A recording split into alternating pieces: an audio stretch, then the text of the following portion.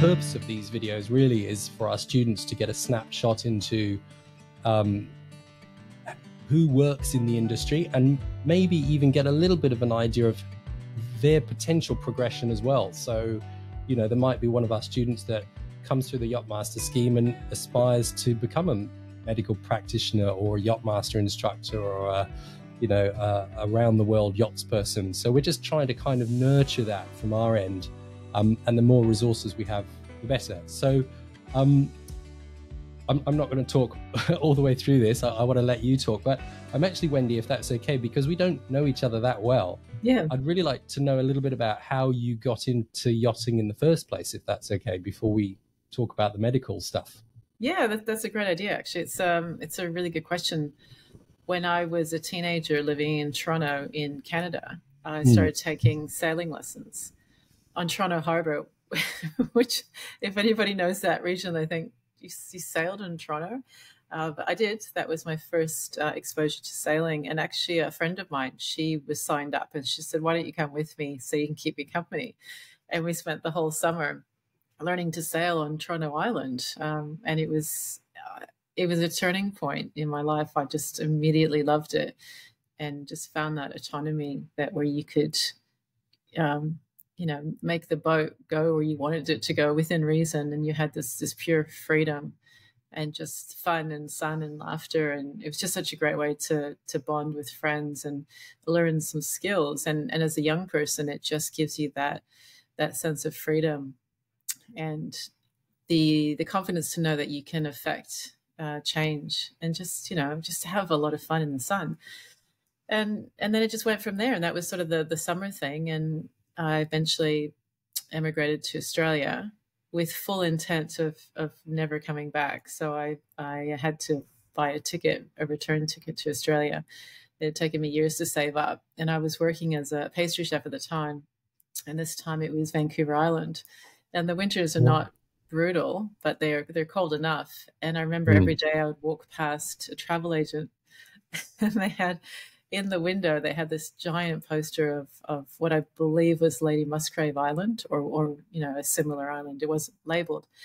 And I would trudge through the, admittedly, Vancouver Island winter, which is not brutal, but it was cold enough. And I would go to work, and I was a pastry chef, so it was early morning, so it's still dark. And I would pass this travel agent every day and see that beautiful picture of an island in Australia. And that sort of drove me forward to get there, to save up and go.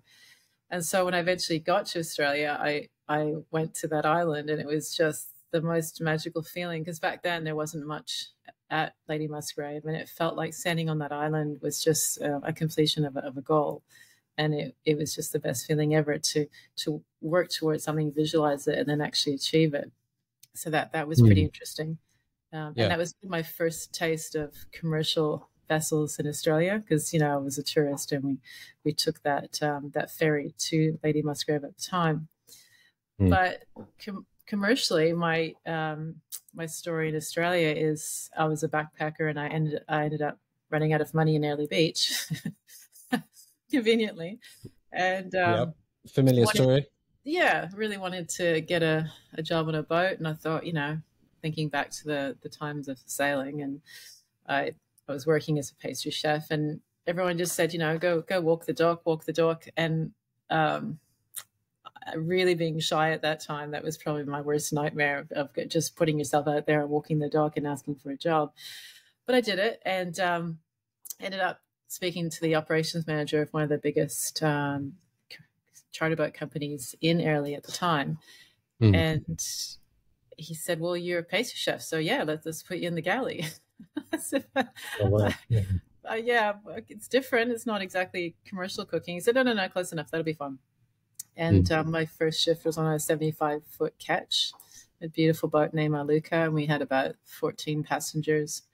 And I was the host, and we had a skipper, and we just went from there. And that was the end of it. From then, I just started to build up sea time, and it was an amazing adventure. Yeah, right. Yeah, that sounds amazing. So you started essentially as crew or in the catering department. So did you go in as a chef, I guess? No, not really. At the time, the hosties were the cooks, the cleaners, and we did a bit of deck work as well. On that particular boat, we did a split of all the cooking, the deck work, and all the interiors. And it was a massive, we used to cook from scratch for all of those people. And 14 was not a lot on the maxi yachts. I think there was about 25 to 28 passengers on a maxi yacht. So we were cooking from scratch. So we were doing, not complex meals, but spaghetti bolognese from scratch while the maxi was fully under sail. We just had to deal with it. Yeah. And I learned some good skills. I can cook for 30 people on a good lane from scratch in the galley as small as a couple of meters square, and that's fine. They don't do that anymore now. By the time I moved on, it was all pre-made meals, and we just were like, what, you could have done that the whole time. But it's good skill. But also I can't escape the fact that being female, you're in the galley, and if you were male, you're automatically put on the deck. So that's how it was back then, with very few exceptions. Yeah, well, I mean, we could certainly talk about that as well a little bit in our conversation. I mean, it's something that I've observed over here. When I say over here, we're in Australia, for those maybe watching or listening overseas. But there is still certainly a difference, and you can speak on this better than I can, probably, between the men and the women, the males, the females on board boats, that perhaps the opportunities for the women are not quite as, forthcoming as they are for the males. You said it's changed a bit, but has it changed that much? I mean, sometimes I look around and I wonder if the opportunities are still, or not still, but are equal. I don't think they're quite equal yet, are they? I wouldn't say equal, and I think that's indicative of the world, the working world in general. But I will say a lot of things have improved, and there's a lot driving that change. But if you look, and I'm not going to quote statistics because I'm not the proper person to do so, but the amount of women in maritime, if you want to look at that industry, is still extremely low percentage wise. But we are making head ground. But a lot has changed in about the 20 years since I first stepped into the industry. A lot has changed, but it's very, very slow progress. Very slow progress. I think it's sometimes one step forward, two steps backwards, 2 steps forward, 1 step back. I think you're right, because if you look at through the centuries, I've read a lot of maritime history books. When you have downtime at sea, as you know, books are your savior. And I think we've found that throughout the centuries that women have been very present in extraordinarily powerful roles, being captains of vessels when, their husband, who was the designated captain, faltered or was unwell or something happened. And many women were known to have stepped forward and got on with the job. It's just they're sort of been forgotten in history. And now more stories are starting to come out, which is interesting. So I think it's always existed. It's just not as well known.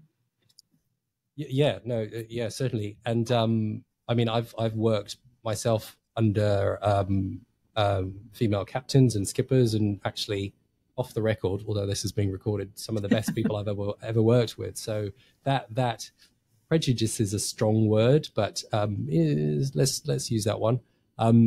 It's certainly not with me, and we try and promote an equal opportunities platform for our students, and based on skill and knowledge and ability as well, which we try and nurture at Southern Cross. So, okay, that's great. So you found yourself on the boat in Early Beach. You found something that you loved. You made it all the way to Australia. When did you make the decision, or was it a decision you made, or did somebody say to you, "Hey, why don't you could skipper this thing," or how did you make that step up? Well, that is actually a really good story, but if I could just continue a little bit further with our original discussion, because I think it is really important. Yep. Personally, I can only talk from my own experience at sea, and I don't know if you may agree with this, is you don't really see gender. You just see people who are passionate about being on board. I've seen very small people who wouldn't outwardly appear strong achieve extraordinary things just by overcoming and adapting, using a bigger tool or using a different technique. It was, I have to say, it was the exception where there was any issue on whether you could achieve something or you couldn't. and I want to be really honest that the men that I worked with were extraordinarily supportive. Mm. There were a few exceptions, but I got to where I was because of the support of a lot of my male colleagues. They wanted us to succeed. They helped me study. They supported us. They showed us techniques. They took the time. I had many, many skippers who gave so much of their time and generosity. And I think they just didn't see gender. They just saw a person who was passionate about being on a boat and knew that if you taught them well, they had full capability. It's just a matter of, I might not do it the same way you do, but we can still get an end result just in a different way. And while there was pushback and I did see it, I don't think it's different from what you might encounter in any other industry. Well, that's great. I mean, I'm really happy you had that experience. That sounds entirely positive. Having said that, I also work with women who, the women that I did work with are not the ones who are going to tolerate that at all. Yeah. Otherwise, it just, you just can't. You have to be very clear at the beginning that we're going to work together, and you can support me, or you cannot support me, but I'm going to achieve this, and I'm going to learn, and I'm going to apply myself, and I might have to work twice as hard, but I'm here because I want to be, and I don't know. And I do want to say, the whole gender thing sometimes makes me uncomfortable. I don't see myself as a female skipper. I just see myself as a skipper. Yeah. Always have, never asked for anything different. And I think a lot of the women that I work with, they'll say the same. I just want to get on with my job. I don't want to be seen as anything other than anybody else. Yeah, 100%. Yes. I think as a training organization ourselves, a marine training organization, we have well, this is how I see it anyway, a responsibility to our students and to whoever walks through our doors to make sure that we create an equal opportunities environment. And that has to go beyond gender or race or anything, really. I'm very, I come from a multicultural background, Canadian mother, grew up in France, British father, I'm all over the place. So I don't make a distinction between, gender or race or color or any of these things, but sometimes people do. And I've had conversations with students who say, I'd really like to sign up for this course, but I just don't feel like I'd fit in, kind of thing. And that makes me really a little bit sad, if I'm being honest, but also means that we have to somehow, make sure that they can feel like they're in a safe space to come and learn with us and progress in the way that they'd want to. So I think there's a balance there in terms of, it's great that if you're headstrong and you know what you want and you can move forward and you're not going to be deterred by the naysayers kind of thing. But at the same time, I think the doors have to be open. And the people on the other side in our position, the trainers, the teachers, have to recognize the fact that not the perception can sometimes be that, it's a 90% male dominated industry, therefore I may as well not even try. And that's the last thing that we would want as a training organization. So, but it's great that you were able to make it through, and you had a supportive environment, and so that's great. But I think we have to be careful that we continue to perpetuate that as well. Yeah, I agree. Sort of a side note to myself in a way.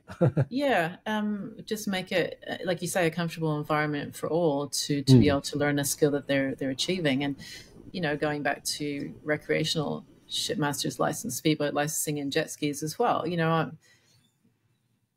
It's just, if you want to learn from people who are open to showing you the skill that they have, not just, it can't just be one approach. It just can't be. But Okay, well, that's good. As you say, let's not get completely stuck on gender, because there are other things to talk about. It is relevant, though. I think in our industry, it is. Like, as an example, when I got my master class 5, that's what it used to be called, and a colleague of mine, we both made the local newspaper. Wow. Because we were women. Okay. And I remember very clearly, I said to the journalist, I said, do you interview the men as well when they get their master 5? And she looked at me like I was mad. but I think it was the comment was lost on her. And I truly believe if we need to make a big deal of women's achievements, then we haven't achieved equality. Yeah. And so, yeah, I just made the point. Yeah, I'm happy to talk to you about what we've achieved, and we're proud of it. But yeah, that's just those things. They're just those things. But, you know, my two young daughters, they're learning to sail at the moment, and I'm hoping that they will have a very different experience. Maybe yes, maybe not. But you can see 20 years down the road that what I experienced and what they may experience, hopefully it's different and it's a little bit more open. I'm hoping for that. Yeah, absolutely. But let's move on. Yeah, let's move on. Okay, sure, let's move on. So back to the story, if that's okay. Sorry. Yes, absolutely. So it is actually quite interesting. So I was working after a few years. I became the crew trainer. So I was all new crew. I was tasked with training them up on the procedures on board, and you know, being a deckhand and host and everything in between. And so I was working predominantly on that 75-foot ketch because that was the training vessel. And at the time, this particular company had, I think, over 100 seagoing crew and quite a few different boats. So we, over the course of our work, we would get called to work and you'd have to jump on board a boat that you maybe weren't familiar with, and you had to learn everything about that boat quite quickly, and we got very good at it, right? So on one of our trips, I think it was 3 days, 2 nights sailing the Whitsundays, my skipper got stung by an irukandji, and he became really unwell quite rapidly. Oh, wow. And we had a German doctor on board at the time who was unfamiliar with irukandji syndrome.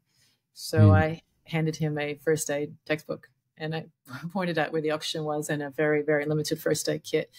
And because the skipper was incapacitated, I called it in and was able to maneuver the vessel back to Chute Harbor. And I loved it. I was able to do that because I'd had good skippers who had shown me everything that I need to know to get the boat back safely. Yeah. And it was a turning point. That did it for me. I realized that what I really wanted to do is to be a skipper. And from that moment forward, I started to study for my Master 5 and just continue to build. And not too long after, I think 1 or 2 years later, I got my Master 5 and my MD 3. And then my first boat that I skippered was Apollo.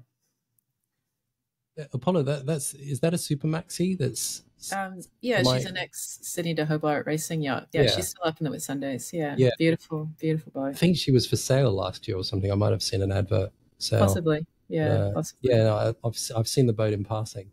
Okay, so from that, you know, almost tragedy. Is the skipper okay? Was the skipper okay? By the way, he recovered very well within a few days. Yeah, he recovered quite well. He was extremely unwell, but we cared for him as best we could, and he recovered quite quickly. It was unpleasant for him, but for me, I can relate it back to a jellyfish, a kanji jellyfish, which is pretty ironic considering what I do now. Yeah. So let me get this straight. So you poisoned the skipper so that you could get a job. Sorry. There could have been easier ways if I was working in the galley. Yeah, you could have just asked. You know, I'm sure he would have. If you wanted to steer the boat that badly, I'm sure he could have. But there's been cases where I've been standing next to skippers coming in to berth a vessel, and I remember one case we were on a large. Gosh, the words just escaped me. Tall ship. And we were coming in, and the tall ship had a huge wheel with very long spokes, and it kind of tapered up. And this particular skipper, his technique, he would bend forward and he would give the wheel a really good spin. And I was standing right next to him in the wheelhouse. I remember we were coming into berth, and he bent a little bit too far forward, and he just got this beautiful uppercut with the spoke when it was on full spin, and it rang his bell. I just looked at him and I said, "Are you okay?" And he was not there. You could almost see the Tweety birds just floating over his head. And I just kind of grabbed him, and he was just gone. He was not there at all. So, you know, when the skipper shows you how to berth a vessel, the good ones do, and I do with my crew as well. I just show them the techniques, because you just never know when you might need that deckhand to step forward and assist when required. Yeah, yeah, 100%. I mean, that's something I was sort of conjuring up when you were describing that. So, how long had you been on the boat when With that the incident hurricane. happened? Yeah. Oh, years now. It had been Oh, years. So right. I was pretty Okay. confident, Yeah. and I was slowly building up. Back then, I think we needed confident crew and first Mm, aid and that type of thing. yeah. Yeah. So that's interesting. So this is a conversation we often have to have with our students about. Um, you may have heard there are some organizations and schools around the world that offer this kind of, they don't call it, but the other schools call it a sort of a zero to hero package that you can often buy. You come in, you have no experience at all, and within a few months or weeks, even sometimes, you are fully fledged, commercially endorsed yachtmaster, um, free to go and skip anything up to 24 meters in most parts of the world. And we don't promote those kind of courses, particularly for the reason you described, which is you really need to put your time in, Yeah. as an observer, and you need to be on board. You need to get your sea time up. You need to learn from other people, and this kind of fast track approach doesn't really sit well with us as a school. But Well, it's happening in the commercial space as well, and I do yeah, think it's quite concerning. So, for context, at that time, I was at least 6 days a week on the boat, full yeah, time, and yeah, that was over several years. Just for some yeah, context, yeah, with mm, commercial skippers learning from them and different boats. So, yeah, I agree. It is mm, concerning. When we do recreational shipmasters, that's a 1 day course, mm, and there's no restriction on what they can drive on the water, and yeah. that's concerning. Yeah.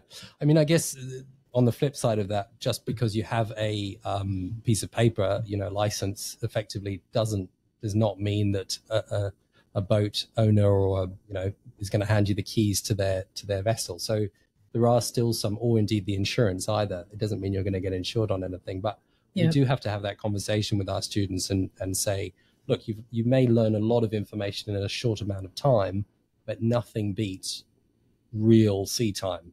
I would imagine during those years that you were on board, you were like a sponge. You were just gathering information, learning, asking questions, hanging out with the crew afterwards, and just kind of absorbing everything so that when it Yeah. came time for you to step up, which sounds almost like providence, the way you just described it, you had this moment where it's kind of, you either get the boat back to the dock or you may have died. That might something really bad might have happened. You were able to do that. So I think there is something in that, in the old fashioned apprenticeship and learning the ropes. I guess that's where the expression comes from. Yeah, exactly right. Exactly right. Yeah, quite And literally. Yeah. and from Sorry. tall ships to Yeah. maxi yachts and and everything in between. And at that time, our skippers. So if you think of Matador, she was a maxi yacht, and you had to be a Mm. master four to be the master of that vessel. And the Yeah. deckhands at that time were a minimum of master five. So you Mm. can imagine the level of experience of those people in a confined space. And if you were smart, you closed your mouth, you opened your ears, and you learned as much as you could. Yeah. And that's where, and then the book work came after, many years after we'd already experienced hands-on. And Mm. the amount that you learn is just phenomenal. We would Yeah. have fishermen that would come just for a bit of a change because they had their tickets, and just the amount that you can learn from these people is extraordinary Mm. if you're willing and open. And I think you'll agree that when you get out there, the elements, the wind, the waves, nature Mm. will throw some stuff at you that is you'll never find in a book. Mm. And then you've just got to figure it out based on the skills that you've learned, maybe Yeah. the things that you've read, or what you've learned from somebody else. Mm. Yeah. Yeah. Absolutely. And I will also point out, which I'm sure you'll agree with as well, that journey never ends. And it's something that I'm 45 years old now. I've been into boats my whole life. I was going to say adult, but I'm not sure I'm an adult yet. But it never Good to ends. hear. Sorry. That's good to hear. Yeah, and actually, if you talk to some of the really good yachts people, they will tell you that never ever ends. There's always a wave that looks slightly different to another one, and the conditions are different, or the boat is different, or the crew, or it's just a never ending journey. And I think it's that there's probably something quite Zen and Buddhist in all of that, but it's certainly, if you're looking for a job for life, Well, that's why marine we love industry. it so much, right? Because Yeah. you can never possibly have seen it all or learnt it all, Yeah. ever. And that's why it never, well, among other things, that's why you never get tired of it, because there's Mm. always something new, always, Yeah. always. Yeah. And I think it's very similar to the medical world. Mm. You simply cannot know everything. And once you think you do, that's when you're starting to get into trouble. Yeah. You go out to sea thinking you know everything. That's when Mother Nature is going to show you who's Mm. boss, right? Yeah. Yeah. 100%. So you brought up the medical world there. So I mean, actually, that story brings together your particular journey, which you had begun, or you were quite a way into the marine industry at that stage. You're a professional sailor. You're getting paid for your job. It And sounds then, like that, but that's not how we saw ourselves. right, beer money, maybe. And I will say, actually, in our world, professional sailors are, paid appropriately to travel the world and sail boats professionally. But that's, even though we were doing that, that's certainly not how we felt. You're getting paid for sailing. You're a professional sailor. I mean, Yeah, I guess. Yeah, yeah, yeah, true. I think. But it happened to be during a medical emergency, or a medical emergency was happening. Is that what sparked the sort of feeling that this is something you'd like to be involved in, or had you come from a medical background? I mean, I know you said pastry chef, but were you studying medicine at the time, or No, no, not how at did that all, happen? actually. No, it wasn't until years later. Yeah. Years later, I was really interested in reef teach. Actually, we would, do this sort of pre-dive, pre-snorkel reef teach thing, and I started to really take it into this realm of all these, creature characteristics and types of jellyfish and octopus and all these cool little things. And I guess I just really like, and part of being the crew trainer, I really like to share skills and knowledge, and seeing that, that moment when people go, oh, wow, that's, I've learned something new. But no, to be honest, it wasn't till much longer I had to maintain my first aid and advanced resuscitation to work on commercial boats. But no, the medical didn't come until much later. After working on boats professionally full time, I moved down to the Gold Coast and then sort of did contract work. So I'd still fly up to Hamilton Island and do contract skipper work. And then I started my own vessel maintenance business. So we did everything from detailing to anti-fouling and deliveries. I worked as a contract skipper for other companies, doing training and deliveries and all sorts of things and everything in between. And then the GFC hit, and it on the Gold Coast, it decimated the industry. A lot of people lost work, and it was felt quite deeply. And so at that time, I decided to sort of pivot into something else. And that's when I had an opportunity to get into first aid training, and stayed in that space for quite a while, and then started to build up my skills with ending up with my diploma of paramedical science, and then just doing a lot of professional development. Train. Oh, The train. We're next to the train track. You might hear a train go past. Sorry. no, that's okay. No problem at all. And just really getting interested in that medical world, and just building on those skills.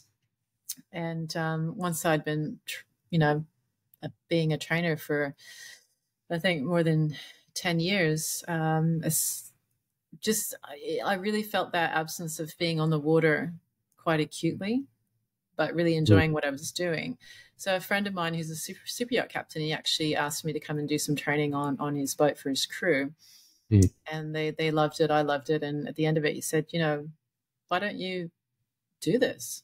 There's nothing really like this in Australia. It's very well known and established in Europe, but why don't you think about it? And he sort of planted a seed, and I ran with it, and that's sort of where we are today. Yeah, okay.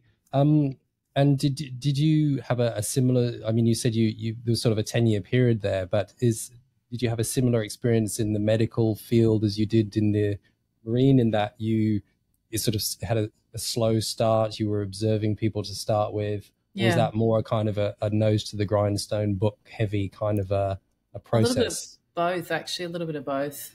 I would say an even split of watching, observing, and then just absorbing everything I can get my hands on. And I still do, actually. I'm still reading a lot of medical books. You see my bedside table, it's crazy. Or I'm up in the middle of the night learning, practicing my suturing skills and some really random stuff.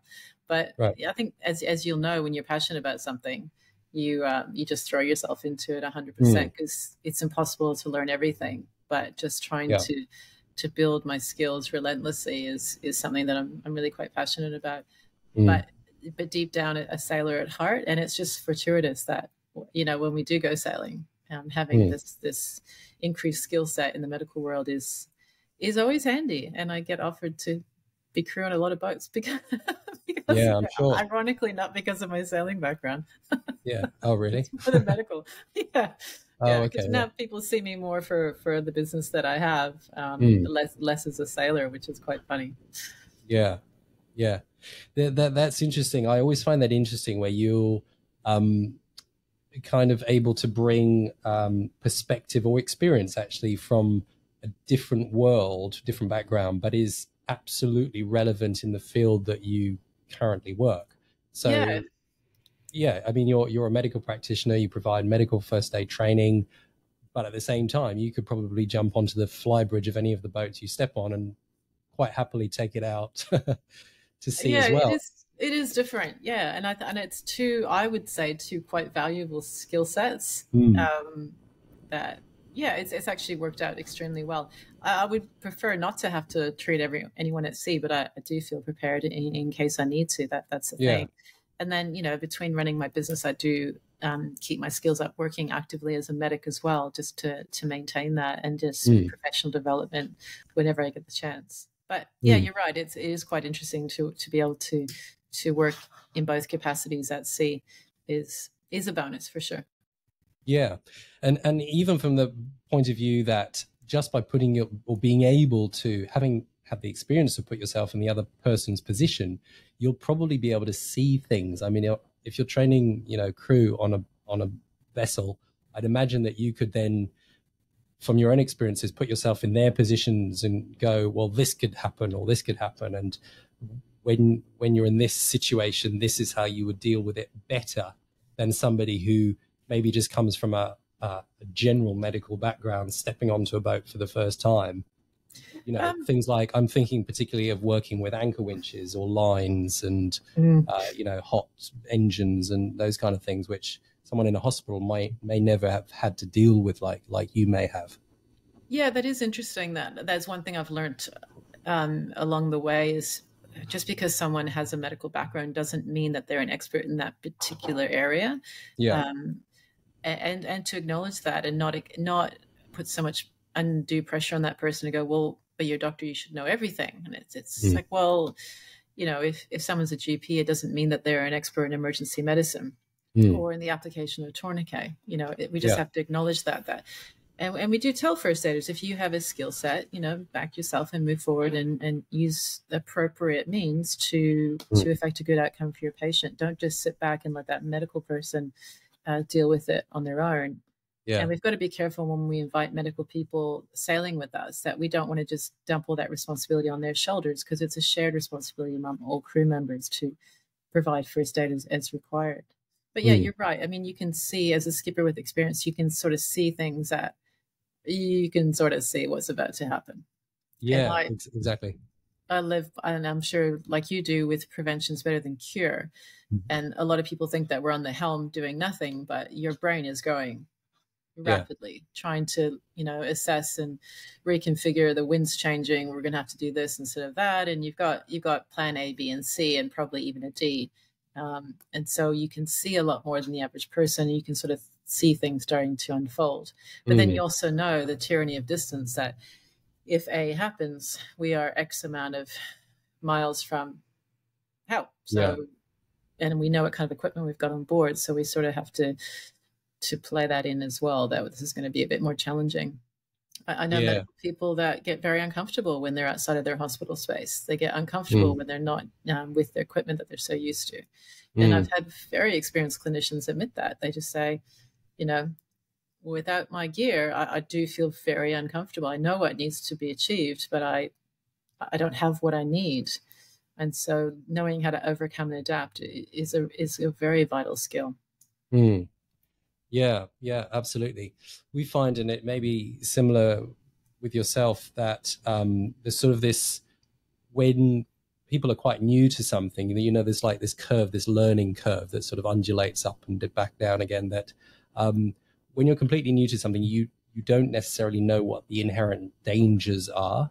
So you Conscious generally, incompetence, sorry, or unconscious competence, or conscious yeah, incompetence. and then Yeah, you go to yeah, conscious competence and all yeah. the rest of it. But you're sort of quite cavalier about things, and there's a common expression over here that I've had to learn in the last few years, which is "she'll be all right, mate," which basically means it'll be okay, it's fine. Which generally, often it is anyway. But just when you come into something, you're not necessarily aware that a winch can take your fingers off or an engine can scold you and things like that. But then once one or two things, sadly, sometimes have to happen, then a person becomes very aware of the potential dangers. And then, so there's kind of that balance, which is why, you get sometimes teachers that come in. I don't know if you ever met Jerry Fitzgerald, who used to teach medical first aid around here and in Sydney. Jerry, I don't know if you've ever met him. Not personally, no. He's great. I mean, he gave me his jacket when he retired, and he's a great friend of mine. But he would often just tell a lot of very scary stories to the students, and you show terrible videos of fingers being degloved and Sydney to Hobart, the people losing their lives sadly and things like that, and just try and kind of scare people into, I guess, paying attention.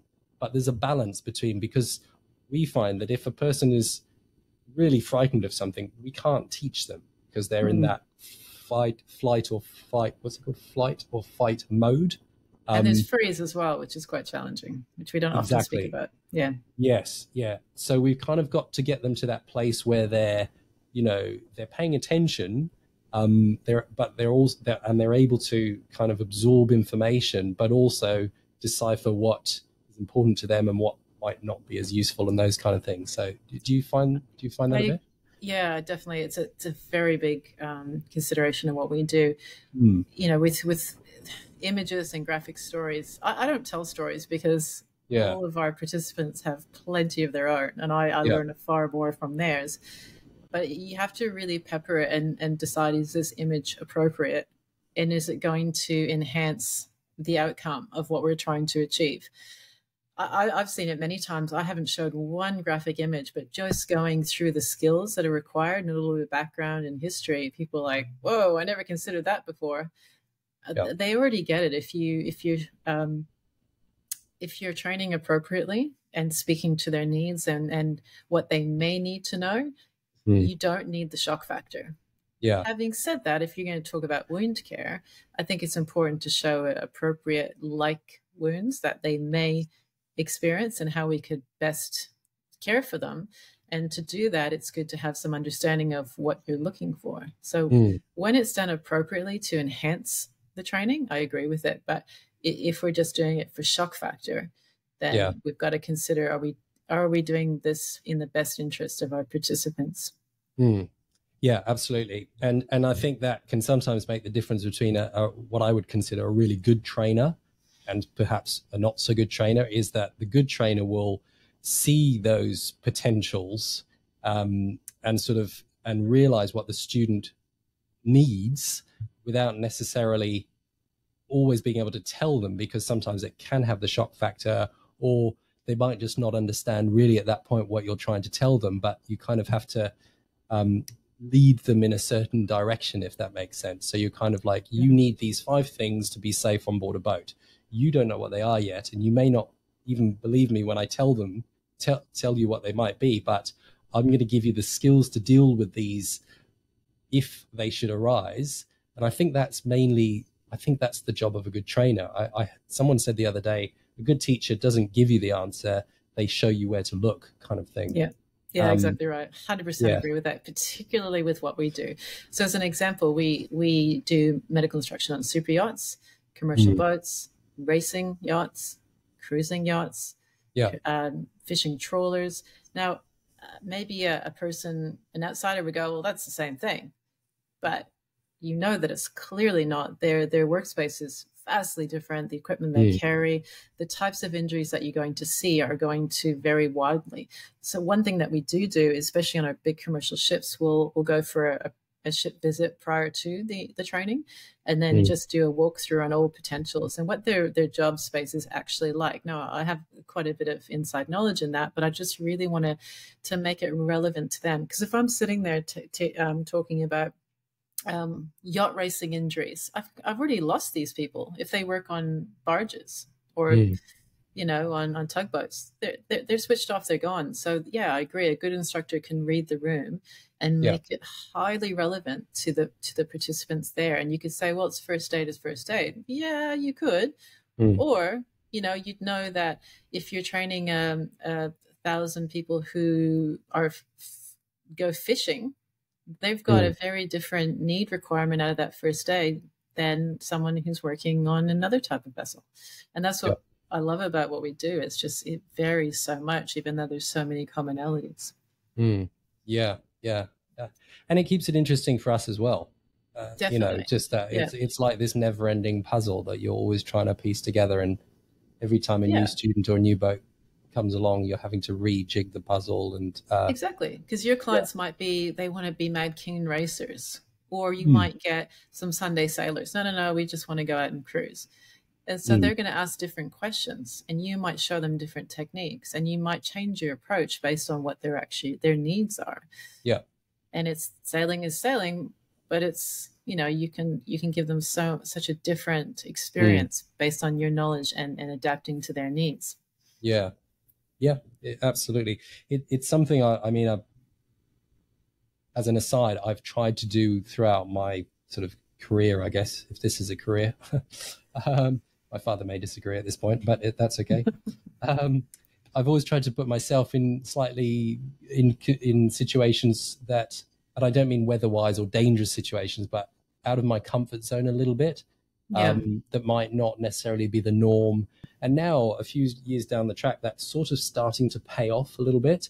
So I've worked on super yachts, tool ships, passenger boats, cargo ships. Never done fishing boats, actually, but I've tried to do a few things that are not necessarily just yachting, basically. So that when I'm talking with students and they're saying, oh, well, I want to go off and work on even the other day we had someone on a cruise ship. I want to go crew on a cruise ship. Okay, fine. I could relate a little bit my experience working on cargo ships and talk to them a little bit about that. So I think part of our job or process is to stay current in those industries and just also keep gathering as much information as we can and then somehow find good ways to relate that to the student. So and as you know, our industry changes because the equipment is really starting to change. The way we berth vessels has dramatically changed. When I first started, we had a depth sounder and we had a speed log. That was it. Right. Yeah. No GPS, but it made us better sailors for it. Yeah. And in our medical instruction, when we have tools, SpO2, blood pressure, and all that, we just relate it back to those are your electronics on your boat. But we want you to be able to take a pulse, check your respiratory rate, look at the patient's skin state. And I relate that back to your paper chart.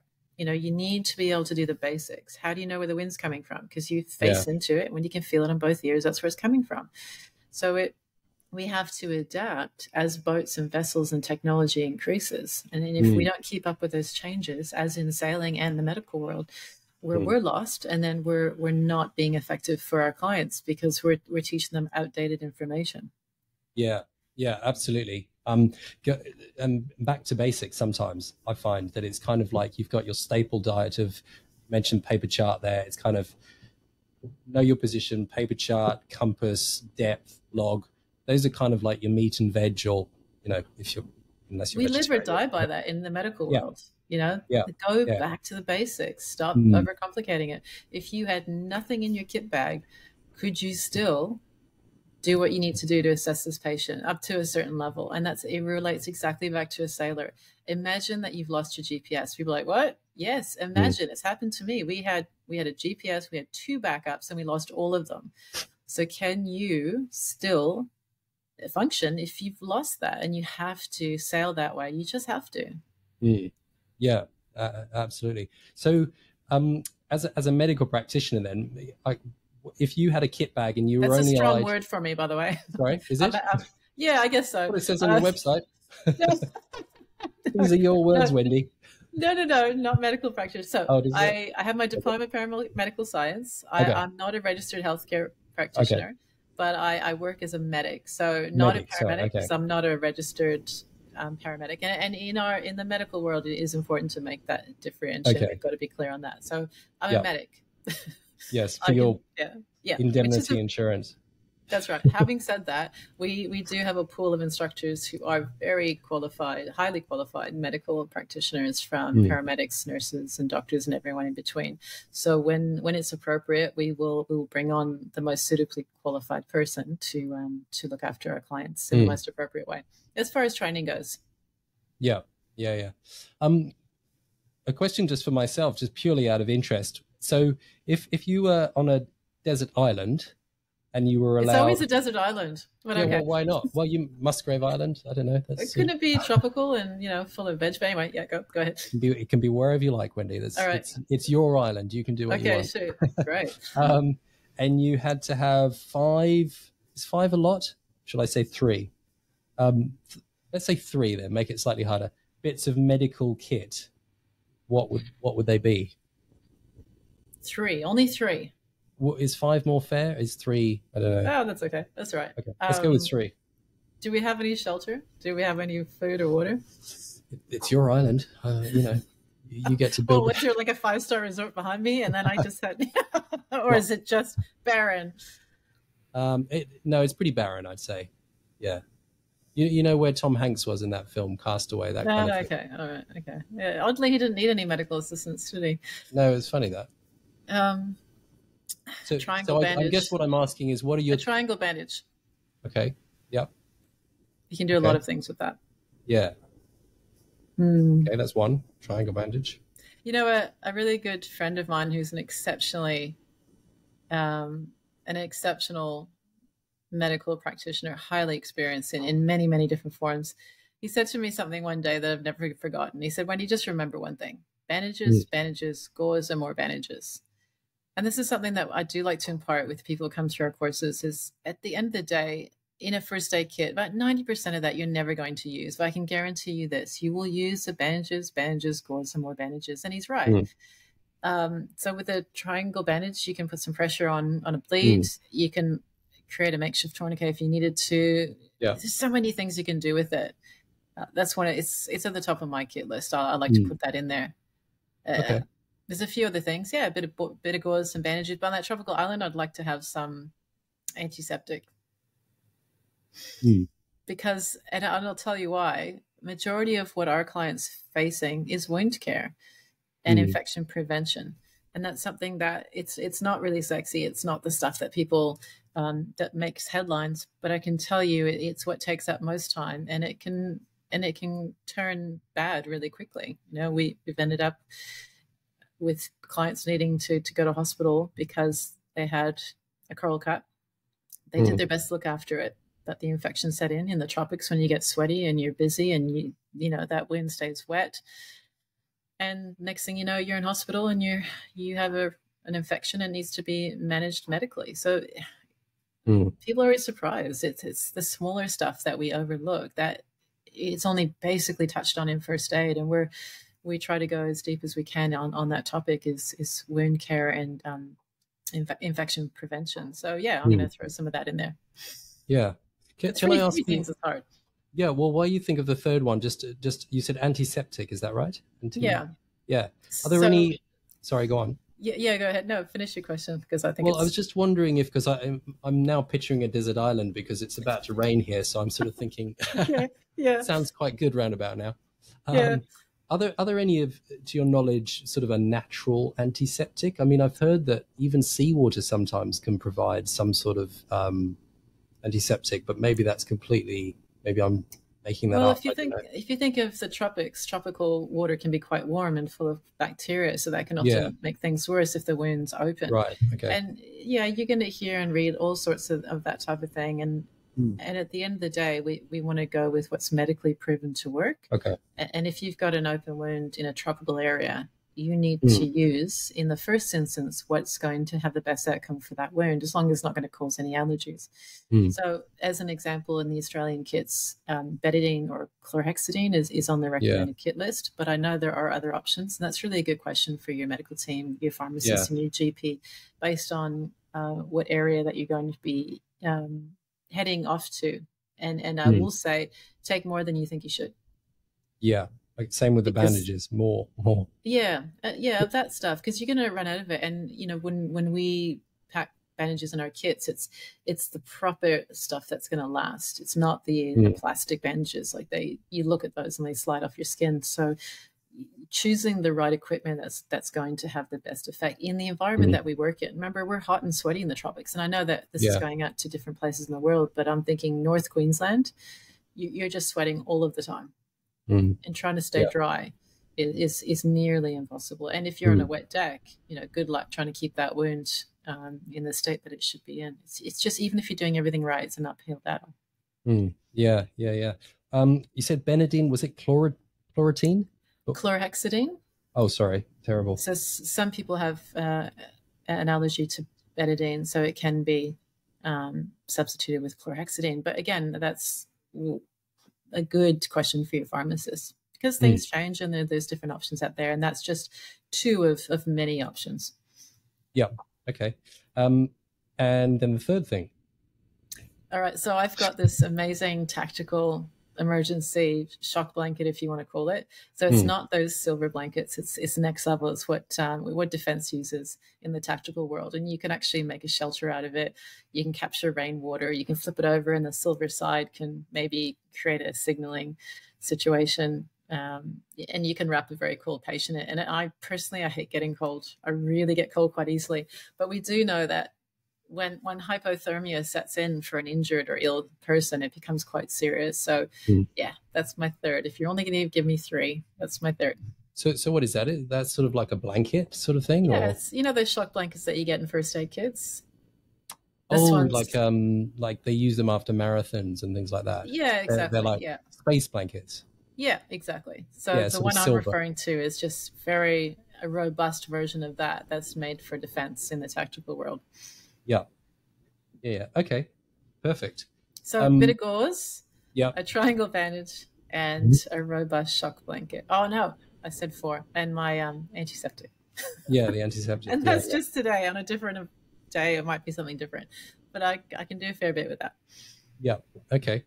That'll be useful for our students actually to mention those, because sometimes people say what to pack, but I always wonder what the absolute bare essentials would be. So that's that covers. Well, it is a good question, but again, that's just my personal opinion. But bare essentials could mean many things, because how far are you going? How long are you staying? There's so many different things. I hope everyone's going to take more than just the bare essentials. Yeah, sure. Okay. I was just looking at your website before, and as you say, you guys do everything from racing, super yachts, commercial vessel products. Have you noticed in the industry, is the one more popular than the other at the moment? Is there sort of one coming more? It's a good question. Probably our most popular is our Cat 1 offshore sailing kit. That one's probably our most popular product in the racing, cruising section of our clientele. So for those maybe listeners who don't know exactly what we do, our core business is medical training, and it can either be on board the vessel or in a training room. And as well as that, we can supply all of the medical equipment that a vessel might need, whether they're commercial vessel, an international super yacht or local super yacht. And then now we've also moved into cruise ships as well. So that includes anything they might need to restock their medical chest, and everything in between. Yeah. Okay. And we get some really good, interesting questions. We do sell body bags as well, which might seem a bit strange, but they make a really good carry sheet if you're trying to get an injured person from the foredeck aft and maybe into the cockpit area or somewhere safer. They've got these really good carry handles, so you can maneuver someone safely if it's appropriate using that. So yeah, it makes people a bit weirded out when they've got body bags on board, but it's prudent to prepare, and it makes a really good carry sheet, and you can use it for multiple things. Yeah. Okay. Because we do talk about death on board, because it has happened for sailors, and it will continue to happen, and we want people to be prepared. Yeah. Things that they don't think about, like toileting injured people. We talk about extended care. A first aid course is land-based, and you're usually going to get medical help quite soon. But offshore, we've got to prepare for extended management of an ill or injured person, and that includes toileting them. And no one really thinks about that and it goes back to what you said earlier. We don't just say this is what you have to do. We start to get them thinking about what could you do to help this toilet this person appropriately with what you've got on board. And then they go, oh, well, we could, oh, yeah, well, I never thought of it. And then you start to see the wheels turning. And that's my favorite part of training is you get them to think of the solution based on their environment. And they come up with some really good things. And then they go, wow, I never really considered that before. I'm like, well, it's going to come up literally. So we need to prepare. Yeah, yeah. Did you say tourniquet, by the way? Because it's the line went a bit dead for a second. Did you say sorry, toileting. Oh, toileting. Oh, okay. Right. Well, what does that mean? Going to the bathroom? Or yeah. So if you've got a crew member with a broken leg and they can't walk. Ah, okay. Oh. Yeah. No one thinks about that. Yeah, true. I was just thinking about the body bag thing. I was thinking probably might send the wrong message to our students if they find body bags in our medical kits, but it does. I remember some skippers like, oh, I'll get one. And I remember the rest of their crew just went, who is that for? It got really awkward. But again, he's just said, oh, I want to be prepared just in case. And it's prudent. I mean, no one wants to think about it, and it's worst case scenario, but we do touch on death at sea because it's appropriate. Yeah. It does happen.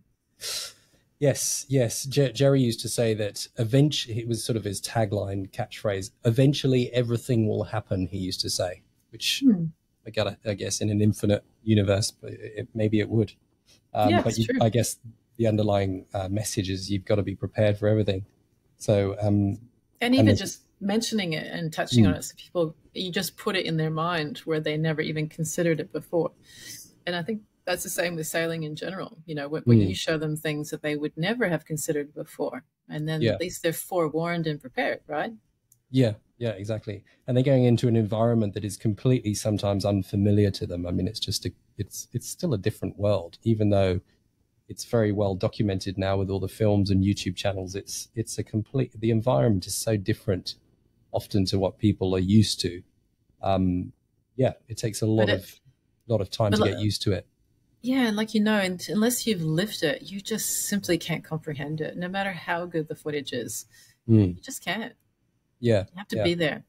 This may sound like a bit of an obvious question, but I'd just be interested to hear what you think of who should do medical training, because I mean, immediately I think of, well, anybody on a boat, but is that the answer, or, does it go beyond that maybe? The life you save might be your own. Okay.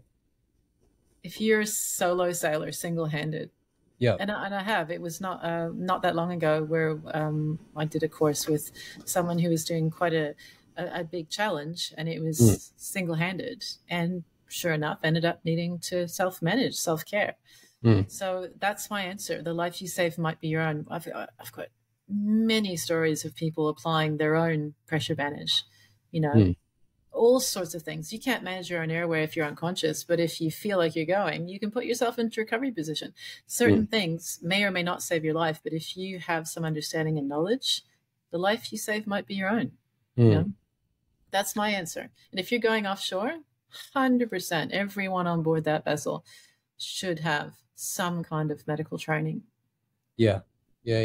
So what you're saying there is, I mean, it may not always be obvious that the solo sailor even should do medical care, because you're not necessarily thinking about looking after other people. It could be yourself. Absolutely. Even more so for them. Because, you can get telemedicine from a doctor, but at the end of the day, you need to be able to save your own life. Can you put a pressure bandage on? Can you close that wound? Can you Yeah. stabilize a fracture, even if it's your own? Yeah. That's when it's even more relevant. Mm. And on a boat, you just don't know how people are going to respond. Yeah. You Yeah. think that you're going with a bunch of reasonable and responsible people, but at the end of the day, when it comes down to it, you and I have seen people freeze and not manage it in the way that we think that they would. Mm. So yeah, at a minimum, everyone should have some kind of knowledge. Well, with that in mind, Wendy, then, so what is a really good outcome that you've had? That is actually one of my questions, genuinely. So I was going to ask you, what's your best day? What's maybe even something, a student or a boat that you just you did some training for them, and maybe you've kept in touch, and you just a really good outcome that you found from, or maybe a situation that was averted. I guess you wouldn't know all the ones you have averted because that's part of the job. But Yeah. yeah. I think I've been very, very blessed in my career to say that there's been a lot. But there are a few that stick out. But it's still, to this day, I'll still get calls from clients, super yacht crew going, hey, you wouldn't believe it. Just a couple of days after the course, guess what happened? And we're so glad that we had the knowledge and we dealt with it really well. So sometimes it's just follow up on this happened. And yeah, it wasn't great. Stuff happens, but we managed it. We're really happy that we did. And thanks for the training and all that type of thing. Mm. But I remember it was a land-based course and I was packing up for the day. And a gentleman walked in and he looked off. And I remembered him because I'd only seen him in the training course about 2 weeks prior. And I said, oh, how you doing? It's good to see you. And he said, yeah. And he said, I just did CPR. And I said, oh, did you? Wow, okay. When was that? And he said, now. I just did it now. And he looked like he was in a bit of shock. So I said, well, come on in, sit down. Do you want to talk about it? And he basically told me that he'd been in his workplace and he witnessed a cardiac arrest, and he had recognized the agonal breathing and agonal gasping that we showed in our course. And he proceeded with his other colleagues who were at the course to perform CPR. Their workplace had a defib, which they applied very soon after the CPR was commenced. And they saved this man's life. And he was a grandparent who was just minding his child at this facility. And they did such a good job. They saved this man's life that the critical care paramedic took the time to come back once he'd done everything that was required and just said to these guys, they just said, wow, you guys just absolutely nailed that. You did the most amazing thing. Like, your CPR was excellent. Your defib procedure was so rapid. You saved this man's life, and you did such a good job, and thanks for your help. So was he a medical practitioner himself, or was he just? No, he was an employee at a workplace, just doing his job, and he just witnessed this client just collapse in cardiac arrest in his workplace. Wow. And so what had happened was, soon after all the dust settled, he got in his car and he drove to the training room to come and see me, not knowing that I was there, or I don't know, probably not knowing where he was going. And for him, I realized after, that was sort of I was his debrief. And he just couldn't believe that it was only 2 weeks after we did the training and he managed to save a life using the skills that we just gone through. Yeah. And we sat for at least, I think it was an hour or more, just chatting. And it was just sort of him sort of decompressing what he had just experienced. So those types of things have happened to me enough where if you're ever wondering if what you do matters, I've been lucky in my life to have clear evidence that it does. And that there's nothing better. The only single thing better than actually saving a life yourself is to equip someone with the skills and knowledge to do it for others. Yeah. And that's the most extraordinary thing about what I do. And on days when you think, I just think of those moments and it just lifts you back up. You go, yeah, no, we're absolutely doing the right thing. It's just not evident every single day. And I guess mostly on another note is, one of my students actually went into cardiac arrest in a first aid course. Wow. And with myself and the students that I just taught, we successfully resuscitated him on the training room floor. And it was the most bizarre thing, because at that time we were doing a lot of acting, role playing. And so I'd said to him, can you just lay down and pretend to be bitten by a snake? And, your team are going to apply first aid for that. And Mm. so I left the room to look at to go and check in on something else. When I walked back in, his team were looking not well, and they were pointing at him saying, "I don't think he's okay." And of course, I thought, wow, this guy's a really good actor, he's doing a great job. But when Mm. I looked at him, it was apparent immediately that he was not okay. And he was agonally gasping, he was not responsive. And so we started CPR. And Wow. Okay. yeah, right So, there on the so training this room was floor. through the session, like it sort of Yeah, happened. in the middle of a first aid course. We'd just concluded CPR, we'd had lunch, and we'd come back, and this is when it happened. So one of the students ran down the hallway to get the real defib from the building at the front Mm. desk. And I remember the front desk office manager, she looked at the student and went, "No, no, no, you don't want this one. This defib's a real one." And this person who asked for it just had a look on her face. She said, "I need it. Just give it to me now." And the building manager just saw her and went, "Okay," and just handed the defib over. And Mm. we got it on his chest rapidly after starting CPR. Anyway, short story. I think we did about 9 minutes of CPR. Defib shocked him twice. And we got RUSC, which was return of spontaneous circulation. He was breathing on his own, rolled him into recovery. And then we just sort of went to take a breath, and the paramedics walked in. So all they saw was this man in recovery, positioned with the defib on, and the defib was talking. And they're looking at all these mannequins on the wall. And it was just the most bizarre thing. I think Mm. we took more time trying to convince the paramedics what we'd done than the whole 9 minutes of actually doing CPR. So Yeah. it's amazing. So we had resuscitated, defibrillated in the time that it took for the paramedics to arrive. And I always tell people that. I said, just remember, it's what you do in those first few moments that can make the biggest difference. Yeah. And I still see him around my neighborhood. And every time I see him, it just makes me smile, because I go, he's here, he's alive. I had a small role to play in that. And there's Yeah. nothing better than that, knowing that what you teach people, like yourself, when you teach people to sail competently and safely, you're giving them a skill they can use for life to potentially get themselves out of trouble, not only for enjoyment, but to be safe out there and enjoy it for what it is. And that's what I love most about what I do, is just making sure that when people go offshore, whether it's for work or pleasure, that they go there equipped with some skills, like proper skills that actually are relevant for them, not just box ticking.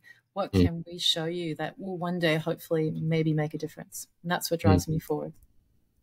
That's fantastic. That's really, that's so nice to hear.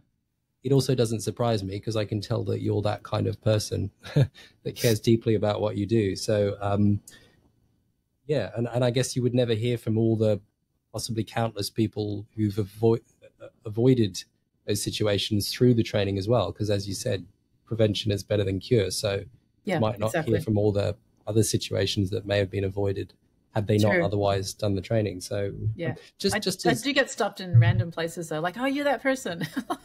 But it's good. I like it. Yeah. Just perhaps maybe for anybody listening, what are the symptoms or signs that someone is I happen to have seen it firsthand, but what are the signs of someone undergoing cardiac arrest? I mean, how did you know? Did he tell you, or what could we look for? Yeah, so that's a really good question. He was unresponsive. Yeah. He had turned a blue color, so cyanotic. He was gasping, sort of taking his last breath, and his limbs were actually stiff and flexed. So the rule is unresponsive, not breathing effectively, requires CPR. And so that's what we did. And that's the thing that we're really quite passionate about. And when I was taught, it was taught to me very clearly, it's not just an absence of breathing, it's ineffective breathing that you want to be aware of. And so early CPR, when it's appropriate, can make the difference. It's, time is brain. The sooner we start CPR when it's required, hopefully we can affect a good outcome. And then soon after, followed up with the application of the defib as well, which is a hot topic for our clients who go offshore. A lot of people say, well, there's no hospital out there, why would I bother? And so, sometimes I do bring up that story and say, well, if you can resuscitate and defibrillate and have your person breathing again, then let's talk about a medevac and all those types of things. But if we don't have a defib, we know our chances are reduced. So there are pieces of equipment that we can take that can give us a fighting chance, essentially. Yeah, right. So because this is, and I'm maybe guilty of this myself, misconception that CPR is only needed if someone has gone into complete cardiac arrest. But are you saying that actually if you're going into maybe arrhythmia or I'm out of my depth already on this, but no, that's okay. So to keep it simple, someone requires CPR if they're unresponsive, not breathing, or not breathing effectively. And those are the key parameters. And if they fall into that category, then we begin CPR immediately, early and effective CPR. And soon after that, if you have a defib available, it's to be applied as soon as possible with minimal interruptions to compressions.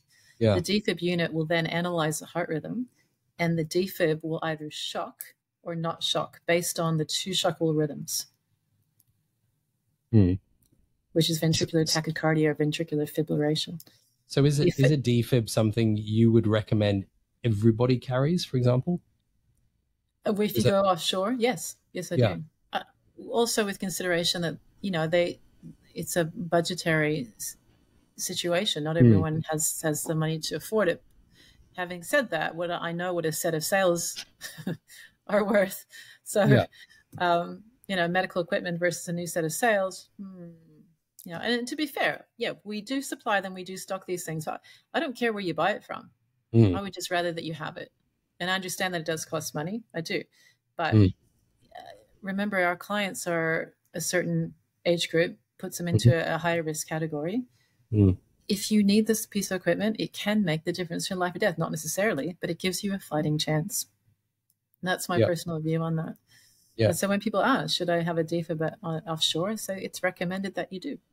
And that's not just me saying that. Australian Sailing recommends it as well, and commercial vessels carry them.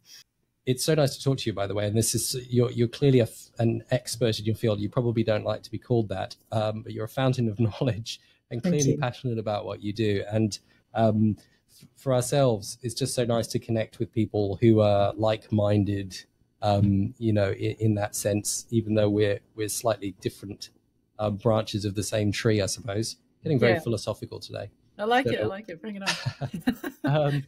What I'd really love to do is actually have a follow-up with you at some point, maybe face-to-face, and get into maybe more of the specifics of things.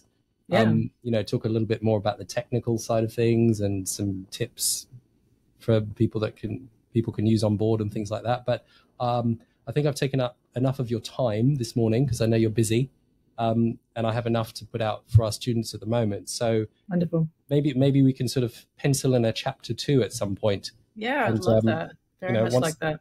Once I get to understand all this stuff, I can probably put it in our office or something, and we can chat there. So, just wanted to finish off by saying thank you so much for not just taking the time to talk to myself and our students and whoever else might be listening, but also just really holding that very valuable space. I think it's not often enough that people like yourself I'm sure you get letters and emails of thanks and things, but you're clearly someone who's knowledgeable, passionate, and loves what you do. And to me, that's, what's the word when something passes from one person to another? Contagious. Thanks, Jeremy. Well, I feel the same about you. It's the reason I'm here is because I feel your passion as well. And I'm at the point in my life where I make a point of only now, when I can, work with people who are driving the industry forward and doing the right thing by people and conveying their hard-won skills and knowledge and their passion to people. And I think that's what you do really well. And so that's why I want to help as much as I can. And I'd love to do a follow-up. So thank you. Yes.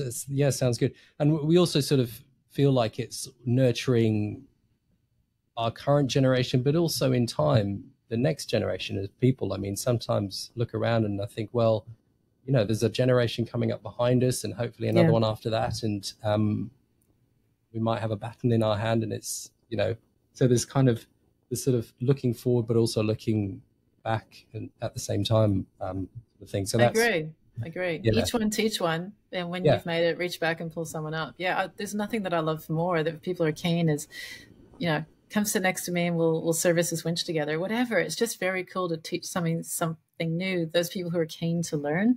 I 100% agree. Yeah. Okay, Wendy, thank you so much for your time. Thanks, Jeremy. Really appreciate it. And let's have coffee when you come up here next time. Yeah, it sounds great. I look forward to it. All right. Thanks, Wendy. Thanks for your time. Talk to you soon. Thanks, Jamie. Talk soon. Yeah. Bye. Au Bye. revoir. Au revoir.